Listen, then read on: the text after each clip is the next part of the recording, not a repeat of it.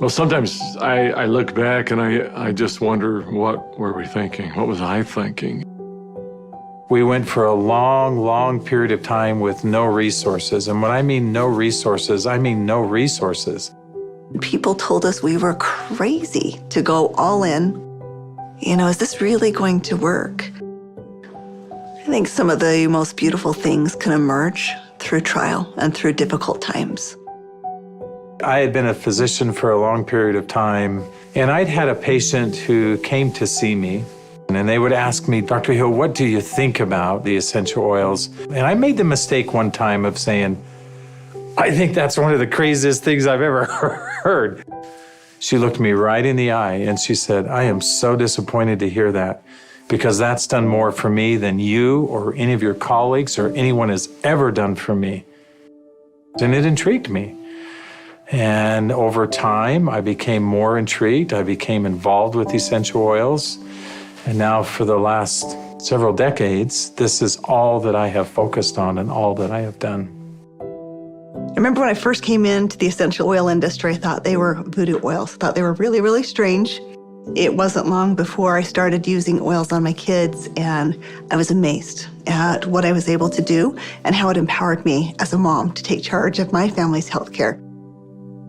So I was a huge skeptic. Parents were educators. My father's a professor of physics. So I just wasn't raised anything but allopathic Western medicine. I learned over the years how effective they were and can be, especially if they're pure. After working 10 years in the essential oil industry, I found myself leaving for integrity purposes because I knew that essential oils had to be pure. The desire of my heart was just to go home and raise my children. And I hadn't been home very long before my husband came to me and said, there's something more you're supposed to do. And as he said this to me, I actually was very angry with him because my heart said, I want to be home with my kids. And he said, sweetheart, you're not listening. There is something you're supposed to do with Dave and Dr. Hill with these oils. And I said, what do you mean, these oils? I've tried all the essential oils out there. There's nothing that meets the quality standards our family needs to use for our health care. And he smiled at me and he said, I know. You're supposed to find them. Stop thinking with your head and start thinking with your heart. And it was in that moment that I knew.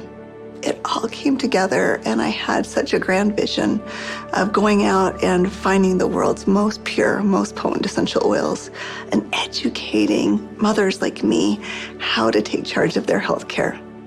So it was in that moment before fear took over that I picked up the phone and I called Dave.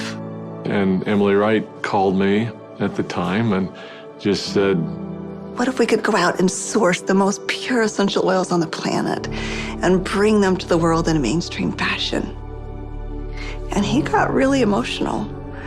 And Dave doesn't get emotional.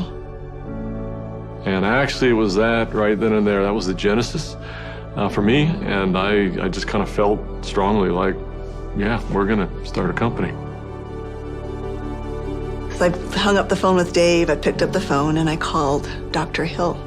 And as I called him, I still remember he kind of giggled. And I said, Doc, this isn't funny. I'm serious about this. What if we could go out and find these pure oils like we've always wanted to do? And what if we could educate people to really understand the power behind these oils? And he said, no, Emily, I'm not laughing because I think your idea is crazy.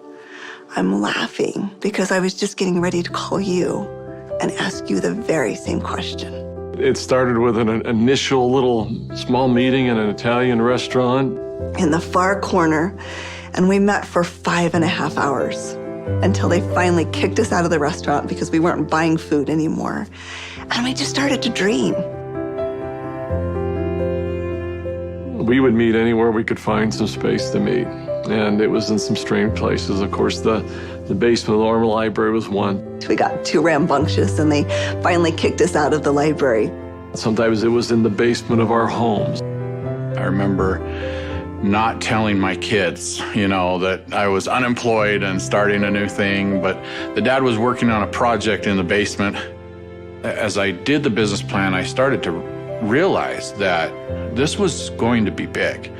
I just knew that with such a good team and product that had changed our lives, we felt like this was going to be significant.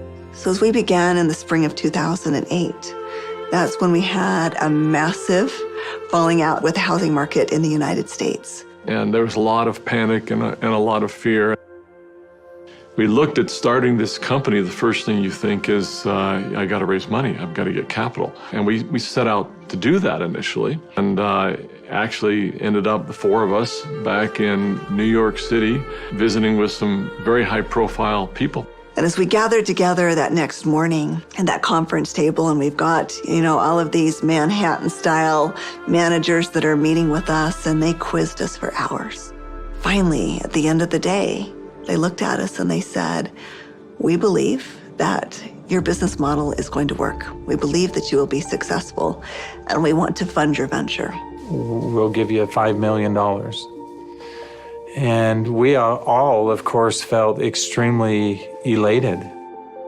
They were willing to fund the company, but of course they were interested in 51% and control.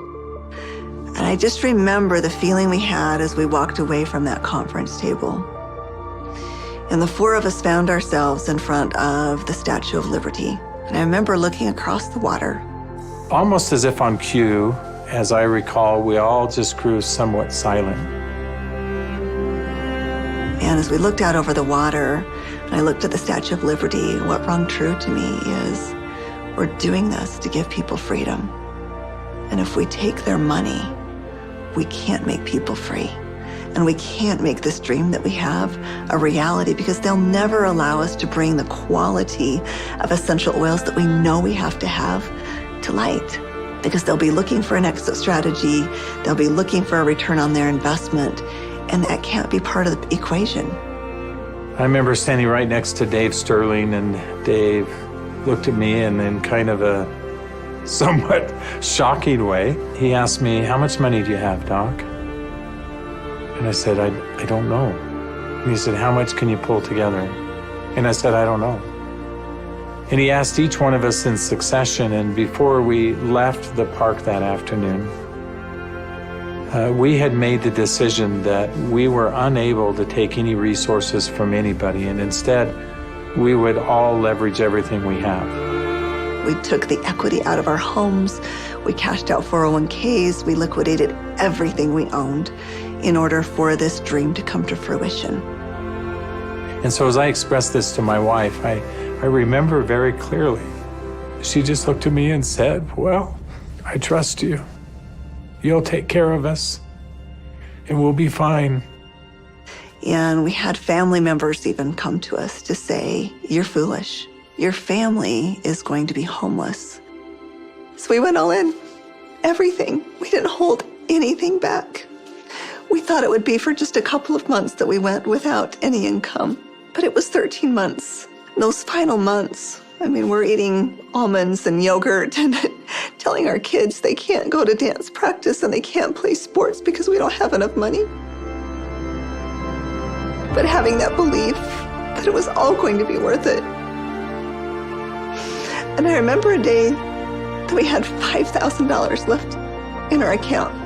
$5,000 because we had just put together this big oil order. And we didn't know how we were going to make payroll. We didn't know how we were going to make commissions. And just to see how doors open every single time, as long as we continued to step forward, that doors open. People ask me sometimes, how are you guys able to do what you did? And, but everybody rolled their sleeves up and we did every job. We did this job, this job, this job. I was supposed to go out and find these precious oils. So I started calling people. Every single person would say, "Of course, our oils are 100% pure." And that's when I realized almost all essential oils that are sold out there are sold through brokers. These brokers were very smart people, often having very sophisticated labs. And the oils were almost always changed. Most were not pure. Most were synthetically created. I had probably 100+ different samples that had been sent to my home. And every time we would meet, Dave, Dr. Hill would say, Emily, have you found the oils yet? I'd have to say, not yet. Like, are we going down the right path? Is this really what we're supposed to do? And I remember one beautiful day, I opened up my doorstep and 5 oils showed up all on the same day. It was frankincense, lavender, tea tree, lemon, and peppermint. As I smelled these bottles, I called up Dave and I called up Dr. Hill and I said, I found the oils. They said, don't you dare open them until we're all together. We knew that these oils were absolutely pure, and it gave us just enough confidence, just enough faith to continue stepping forward. I remember that first discussion we had. We talked about the culture of the company. What type of soul do we want doTERRA to have? And we realized that these oils are experiential. And we realized it had to be a person-to-person model. We had to bring people together. We've got to have a culture of giving back. We have to have a culture of caring. Locking arms with the people who are putting the seeds in the ground, who are harvesting these products. It's making sure that their needs are met. As I look back on it today with doTERRA, it's overwhelming to me to see the impact it is around the world. There was a lot of sacrifice, but again, those are days we look back on, with some pride. Sacrifice is a really important piece in setting the foundation. Today, we've empowered nearly 8 million families all around the globe.